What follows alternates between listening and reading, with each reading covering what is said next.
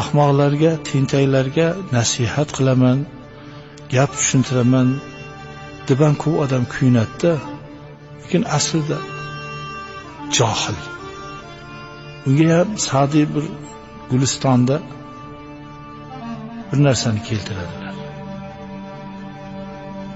Hindistonning o'rmonida bir qurt bo'lar ekan, chug'ga o'xshab yaltir-yaltir qilib turar ekan. Uni bilmagan odam chug' deb o'ylar ekan.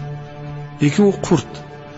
Maymunlar ham haligi chug' deb qurtni ushlab ustiga yog'ochlarni, xodalarni qo'yishib pudashib gulxan qilamiz.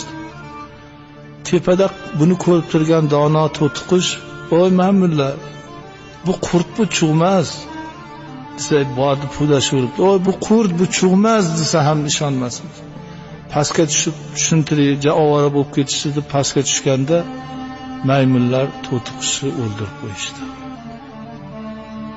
Ahmoqlarga bir narsani tushuntiring desangiz, aqli olmaydi. Sizga dushman ham bo'lib qoladi. Bir zarar yetkazishni niyatini ham qiladi. Ilohim Parvardigor hammamizni rushdi hidoyatda qilsin.